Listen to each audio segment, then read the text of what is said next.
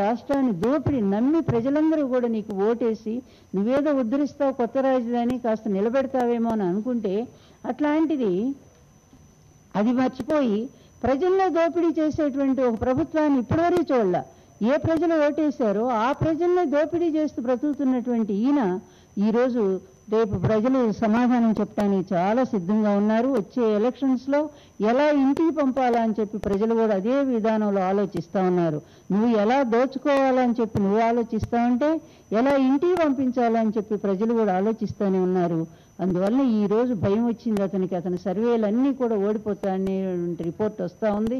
జగన్మోహన్ రెడ్డి అత్యంత మెజారిటీతో గెలుస్తాడనేటువంటి రిపోర్ట్స్ చూసి భయంతో ఈ ఈవీఎం ట్యాంపరింగ్ని ముందే తీసుకొచ్చి ఆయన బయటకు చెప్పడం జరుగుతూ ఉంది. అందువల్ల రెండో విషయం ఏంటంటే, మేము మొన్న బాలకృష్ణ గారి జన్మదినం రోజు అభిమానులంతా వాళ్ళ ఇంటి దగ్గరికి వచ్చారు.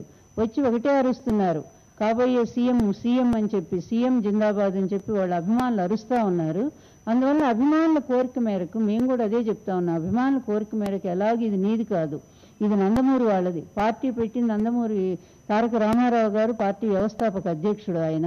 అందువల్ల ఇన్నాళ్ళు కూడా నువ్వే వాడుకున్నావు, దాని ద్వారా 1000 కోట్లు సంపాదించావు, ఆ పార్టీని ఆయనకు వెన్నుపోటు పొడిచావు, ఆయన చివరికి ఈ భూమి మీదే లేకుండా చేశావు. చివరికి ఆ పార్టీని ఆ జెండాను వాడుకుంటూ ఆయన ఫోటో చూపించుకుంటూ ఎలక్షన్లో ఓట్లు అడుక్కుంటా ఉన్నావు.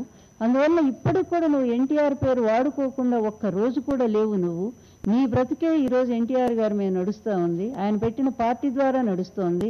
మొన్న ఎంతమంది అడిగారు, మన పోసాను కృష్ణ గారు, మురళీకృష్ణ గారు, అదేవిధంగా ఆయన నరసింహులు గారు, వీళ్ళందరూ కూడా అదే అడిగారు, జెండా నీదా, పార్టీ నీదా? నీకు నిజంగా ధైర్యం ఉంటే నువ్వు వేరే పార్టీ పెట్టుకొని వేరే జెండా పెట్టుకొని నీ శక్తి ఏంటో చూపించు, నువ్వు అప్పుడు గెలిస్తే నేను నిజంగా మనగాడు అనుకుంటావని అన్నారు.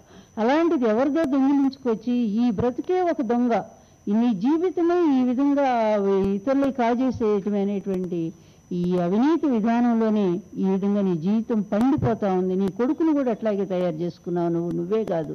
అందుకనే మేము ఈరోజు, నేను ఆ రోజు కూడా చెప్పాను, ఎన్టీఆర్ గారి జన్మదినం రోజు కూడా ఘాటు దగ్గర, ఈ రోజు కూడా అదే చెప్తున్నాము. ఇప్పుడైనా సరే, ఈ 1 year అయినా సరే బాలకృష్ణ గొప్ప చెప్పు.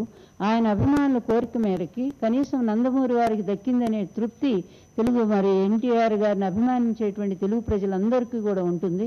అందువల్ల నువ్వు అది ఒప్పచెప్పమని చెప్పి మేము. ఏంటండి, వీడియో నచ్చిందా? అయితే ఓ లైక్ వేసుకోండి, లేదంటే ఓ కామెంట్ చేయండి. ఎప్పటికప్పుడు మా వీడియోస్ చూడాలంటే సబ్స్క్రైబ్ చేసుకోండి.